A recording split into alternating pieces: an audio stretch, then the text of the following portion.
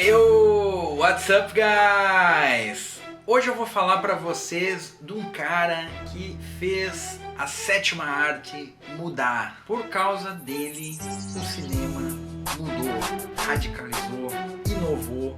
Esse cara foi fenomenal, ninguém mais, ninguém menos do que o genial Stanley Kubrick. Demais, guys. Eu vou falar dele, você vai saber porque você que é aluno de inglês precisa saber desses caras que fizeram toda a diferença na língua inglesa. E Kubrick foi um desses caras. Sem sombra de dúvida, ele é um dos maiores influenciadores que o cinema já teve. Agora você escuta influencer, falar de influencer no YouTube. Imagina que quando não tinha nada disso, não tinha internet, não tinha porcaria nenhuma, esse cara fez, ele inovou, ele transformou os filmes dele, o modo de ver cinema, como que se fazia cinema. Então, sem mais delongas, vamos a ele agora.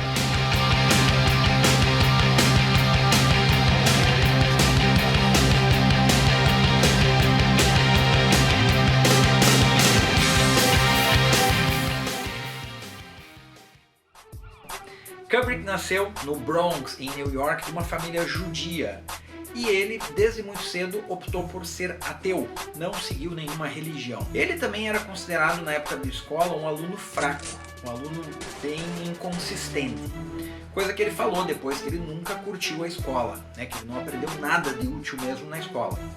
Mas todos reconheciam a inteligência do jovem Stanley.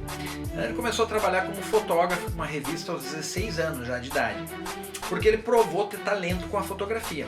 Ele começou com a fotografia e ele tinha mais duas paixões. Ele gostava muito de chess, xadrez, e gostava também muito de jazz, rimou, né? O ritmo musical que embalou muito forte aí nos anos 50 nos Estados Unidos principalmente, e antes disso, né? Então, com a paixão dele ali, ele logo foi se aventurar na direção. E ele dirigiu o primeiro um documentário em 1951. E o primeiro mesmo, o filme dele, que a gente chama de feature movie, né? Em inglês, feature film, né? Que foi um filme noir de 1953 chamado Fear and Desire. O próprio Kubrick achou o filme muito fraco e ele tentou comprar e sumir com todas as cópias que tinham disponíveis desse filme no mercado. O segundo filme de Kubrick foi em 1955, né? Esse aí ele manteve, só que o teacher ainda não viu, que é o Death's Kiss, né? O Beijo da Morte. E aí em 56, esse aí agora eu comecei, daí por diante eu vi todos os filmes dele. Ele dirigiu o filme intitulado em português O Grande Golpe, com Sterling Hayden no papel principal. Que é um filme, assim, na minha opinião, um filme policial com uma trama muito, muito boa já. O filme provou, pessoal, ser um filme já que estava inovando no cinema pelo seguinte: a cena das máscaras. As cenas dos ladrões assaltando com máscara, que foi muito reprisada em filmes de diretores mais modernos, né? O título original de O Grande Golpe é The Killing e o filme é um filme curto, muito bom, ainda no estilo filme noir, policial, com suspense. É um belo de um filme, eu gostei muito desse filme aí. Em 57, Stan, terceiro filme, na verdade, né, principal, a gente tá desconsiderando Fear and Desire, que ele mesmo tirou esse filme da filmografia dele, mas o terceiro da filmografia, o segundo que eu assisti, Glória Feita de Sangue, Paths of Glory, título original, seria Caminhos da Glória, né, Paths of Glory.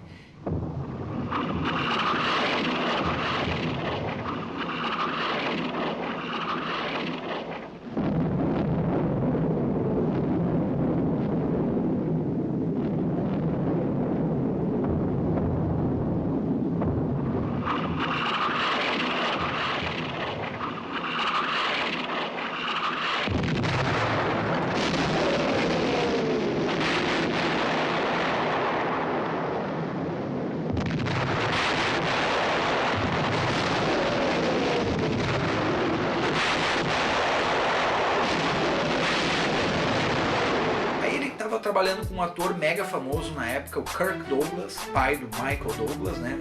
Agora recentemente o Kirk faleceu já com mais de 100 anos, o filho dele, o Michael, já tem 70 e tantos quando esse episódio é filmado. Então na época assim o filme, ele foi um filme sobre a Primeira Guerra Mundial. E ele foi um filme que atingiu assim em cheio o gosto também da crítica. Público e crítica ele agradou. E eu falo, pessoal, é pra mim, que eu me lembro, o melhor filme sobre a Primeira Guerra Mundial. Vale muito a pena assistir esse filme. Cena incrível dele ali nas trincheiras, né? É um filme belíssimo. Aí Kubrick, já com mais grana, ele conseguiu participar do primeiro filme assim, high budget, né, com um orçamento alto, que foi Spartacus. Foi uma super produção. Naquela época esses filmes estavam começando a se tornar assim um frenesi, como Ben-Hur, que foi o grande ganhador do Oscar de 59, e Spartacus é um filme na linha de Ben-Hur. Eu, comparando, eu prefiro Ben-Hur, acho um filme diferente, mais completo, mas Spartacus novamente repetia Kirk Douglas no papel, e é um filme muito bom, é muito admirado assim por todos, né? A essa altura o Kubrick já estava casado daí, o terceiro relacionamento dele, que foi o que mais durou, a esposa dele era nascida na Alemanha, né? E ela adotou daí o sobrenome de Kubrick, né? E aí a partir daí ele teve essa vida de casado aí, o Stanley. 62, um livro assim, um tanto polêmico, que era Lolita, de Vladimir Nabokov. Esse livro trata de um tema delicado, que é um senhor de meia idade que se apaixona por uma menina de 12, eu acho, 12 anos de idade. Então assim, é um filme assim que eu gostei, eu esperava mais. Pra mim, do Kubrick, é um dos assim que menos me impactaram, mas muita gente elogia a obra. O James Mason é um baita de um ator, ele tá ótimo no papel. E o filme é polêmico, que mostra um pouco do que viria a ser o cinema do Kubrick, né? Trazendo polêmicas, coisas um pouco fortes, sempre mais fortes do que o seu tempo, ou do que o cinema estava mostrando naquela época, né? Em 64, guys, Kubrick daí dirigiu um filme muito louco. Olha o trailer dele aqui, olha que loucura.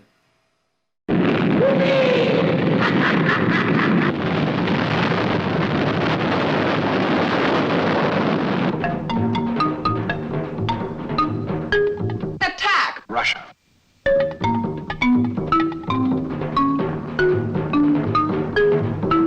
Oh.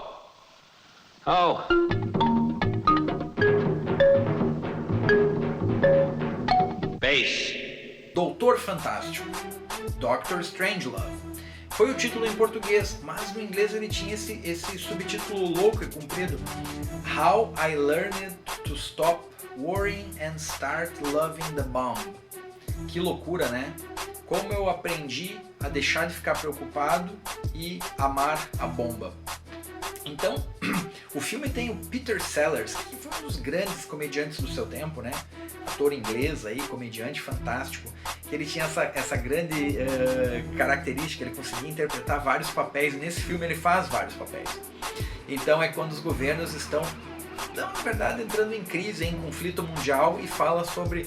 Ele fala um pouco de tudo, da Guerra Fria que acontecia na época, do momento de soltar uma bomba nuclear, talvez, no mundo, mas de uma forma sátira. O filme é engraçado, ele tem um ritmo meio frenético, meio louco, com esses personagens do Peter Sellers e mais. De novo, Sterling Hayden tinha feito o grande golpe, ele está muito bem no filme. Tem o George C. Scott, né, que é um grande ator também.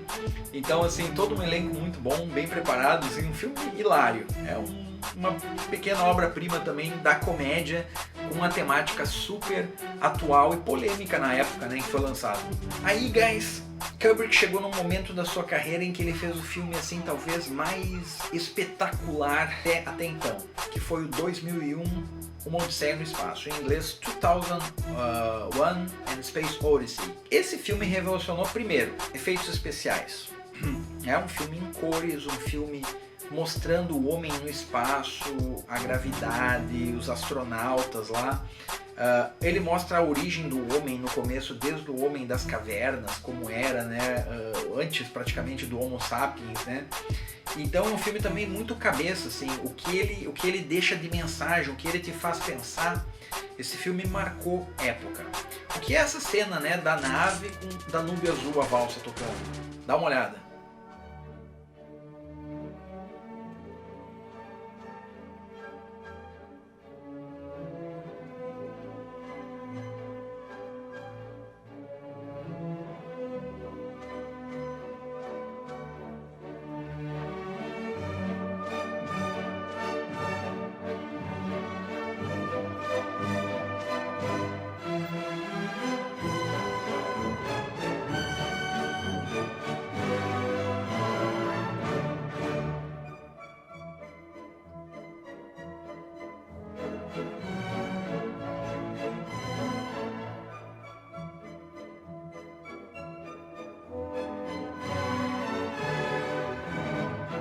tenho o que falar, né?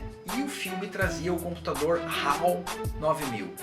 Que esse computador aí, inclusive tem uma cena que ele joga xadrez com o personagem principal ali do filme, remetendo a paixão do Kubrick por xadrez, né? Por chess. Coincidência ou não, a partir desse filme, na verdade acho que não é coincidência não, mas enfim, a partir desse filme, que ganhou Oscar de efeitos visuais e tal, ele foi oscarizado por toda essa parte técnica e de efeitos especiais para a época, que foi muito impactante. No ano seguinte o homem botou o pé na lua, né?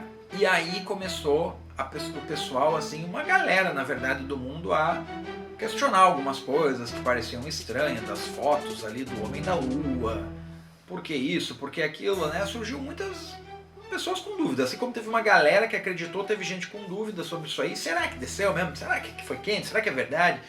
E aí entrou a questão de Stanley Kubrick. Ele era um diretor, né, que tinha feito 2001 um filme assim, mais talvez visualmente belo até então, de ficção científica, né, do gênero. Um filme que foi um divisor de águas no gênero da ficção científica. Então, cara, Kubrick dirigiu um filme com um homem indo na Lua e o governo dos Estados Unidos botou lá e está aplicando o mundo inteiro. Até hoje, muita gente acredita nisso, né? Mas, depois de um tempo, a filha de Stanley Kubrick, isso já em 2016, o Kubrick já estava falecido há tempo, ela veio a público numa entrevista e disse assim: gente, os filmes do meu pai era a maioria censurado pelo governo. Você acha que ele ia fazer alguma coisa qualquer para ajudar o governo dos Estados Unidos? Isso também faz sentido, porque depois de 2001 ele decidiu ir morar na Inglaterra. Ele teve comprou uma casa de campo para ele lá e foi morar no interior da Inglaterra. Kubrick nunca gostou dos holofotes, ele nunca ficou demais em entrevista, em coisa de celebridade, em cerimônia, aparecendo, ele era super recluso. E ele ganhou uma fama, gente, de ser um cara muito durão no set, assim, de exigir o máximo dos atores, fazer várias vezes a cena de novo, o cara entrar no personagem de um jeito.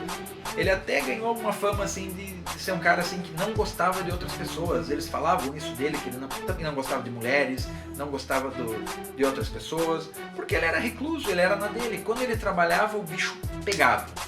Em 71, ele lançou, daí sim, acredito que o mais polêmico dos filmes dele, A Clockwork Orange, A Laranja Mecânica. Um filme que foi proibido por muitos anos no cinema, né, baseado na obra de Anthony Burgess. O filme tem violência explícita, é um filme forte, mas ao mesmo tempo um filme brilhante, um filme com cenas lindíssimas, né? Veja essa aí, por exemplo, do Malcolm McDowell e os seus drugs, ali com ele na beira de um lago, de uma lagoa ali, dá uma olhada. As we walked along the flat block marina, I was calm on the outside, but thinking all the time. So now it was to be Georgie the General, saying what we should do and what not to do, and dim as his mindless, grinning bulldog. But suddenly I vidded that thinking was for the gloopy ones, and that the omni ones used like inspiration and what bog sends. For now it was lovely music that came to my aid.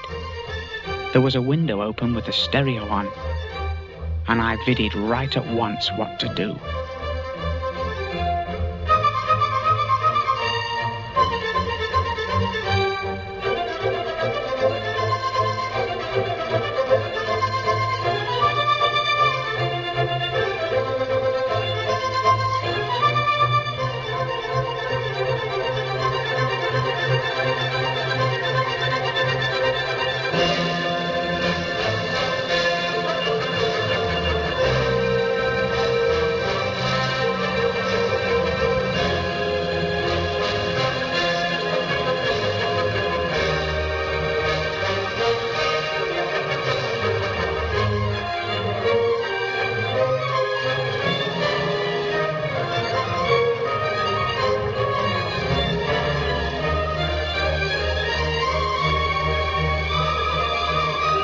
E aí foi que aquela coisa que Kubrick, o que ele vai lançar de novo, cada filme do Kubrick era aquela expectativa, o que vai sair, o que ele vai fazer, esse cara é genial, ele é incrível.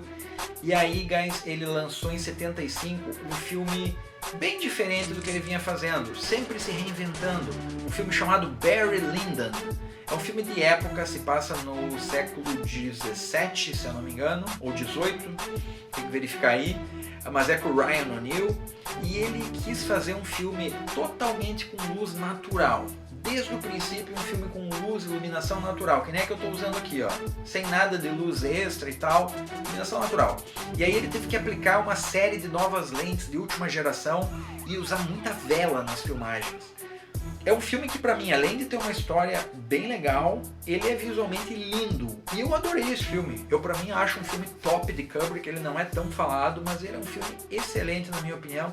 Bem, guys, pode ver que os filmes do Kubrick agora ficaram cada vez mais um espaço maior de tempo para ele dirigir. E aí, em 1980, veio The Shining, O Iluminado, baseado na obra de Stephen King, no qual eu já falei também sobre as principais obras de Stephen King. Tem um vídeo aqui, quem curte leitura de suspense e terror, dá uma olhadinha no vídeo, vou deixar na descrição aqui pra você. Guys, essa versão pra mim, desse filme pra mim, é o melhor filme de suspense e terror, assim, pra mim. Assim, não tem até hoje a trilha sonora, a atuação do Jack Nicholson, tudo que envolve a trama. Eu já assisti várias vezes esse filme e sempre eu digo, não, ainda é o melhor pra mim. Não saiu nenhum filme melhor que esse no gênero, na minha opinião. E além de várias cenas clássicas, ele tem essa trilha assim, ó. Olha a cena de abertura aí.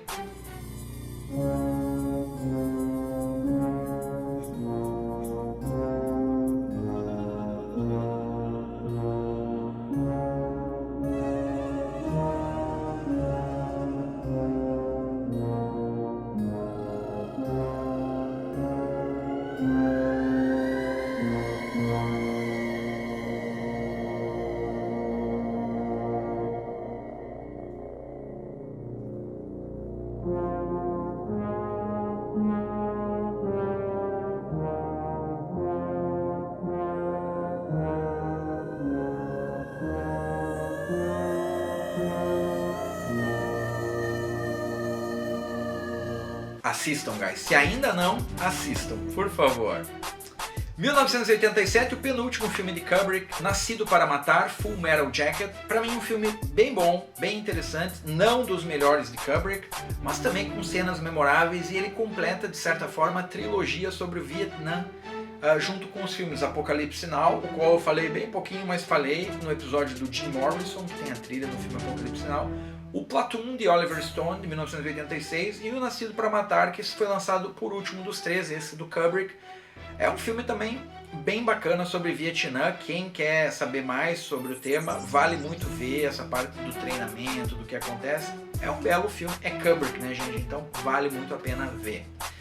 E pra fechar, eu me lembro na época, eu tava ansioso já, esse filme do Kubrick, quando que ele vai lançar? Porque ele demorou pra aprontar o Eyes Wide Shut, de olhos bem fechados, com Nicole Kidman e Tom Cruise.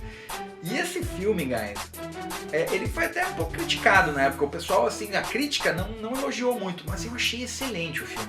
Eu achei muito bom, ele vai te fazendo ficar ligado naquela história, o que vai acontecer. Ao mesmo tempo ele tem um suspense, ele tem um pouquinho de erotismo ali na relação com o casal, traição e coisa bem de leve, né? Não é um filme erótico. Mas é um filme sensacional, de novo, trilha, imagens, tudo incrível. E esse filme gerou a polêmica de novo do quê? Esse filme mostra sociedades secretas, guys. As sociedades secretas que são aí, né, não são muito conhecidas do grande público, mas ao que tudo indica são quem controlam o dinheiro, são de pessoas muito ricas e que tem esses hábitos aí, Kubrick descansando até hoje.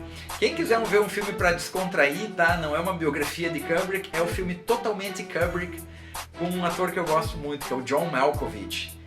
A história é baseada em fatos reais, um cara que quis se passar pelo Stanley Kubrick. É um filme que não vai agregar muito à história própria do Kubrick, mas é uma curiosidade e é um filme interessante. Também não é um filme como os filmes de Kubrick, mas a nível de curiosidade vale a pena ver. Tem um ótimo ator ali que é o John Malkovich. Deu, guys! Isso foi Stanley Kubrick. Vamos agora às top 5. Quotes, frases ditas pelo mestre do cinema Stanley Kubrick. Quote number 5. If it can be written or thought, it can be filmed. Se pode ser escrito ou pensado, pode ser filmado. Quote number 4. Anyone who has ever been privileged to direct a film also knows that, although it can be like trying to write War and Peace in a bumper car in an amusement park, when you finally get it right, there are not many joys in life that can equal the feeling. Qualquer que tem o privilégio de dirigir um filme também sabe que, embora possa ser como escrever Guerra e Paz dentro do carro-choque num parque de diversões, quando você finalmente consegue, não há tantas alegrias na vida que possam se equiparar a esse sentimento. Quote number 3. When a man cannot choose, he ceases to be a man. Quando um homem não pode escolher, ele deixa de ser um homem. Quote number 2. I never learned anything at all in school and didn't read a book for pleasure until I was 19 years old. Eu nunca aprendi nada na escola e nunca li um livro por prazer até que eu tivesse 19 anos de idade.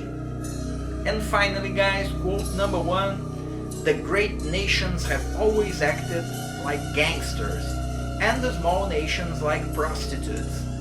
As grandes nações têm sempre atuado como gangsters e as pequenas nações como prostitutas. Essas foram para mim as top 5 quotes de Stanley Kubrick. Se curtiu, já deixa aquele like gostoso, comentário, me diga aí quais foram os filmes do Kubrick que você mais gostou. Bota a tua listinha aí no comentário só pra gente saber mais o que você tem pra dizer desse cara. Se ainda não viu, qual que vai ser o primeiro que você vai ver? Beleza, guys? Não deixa de seguir o canal e semana que vem tem mais. Abraço do Teacher. See you!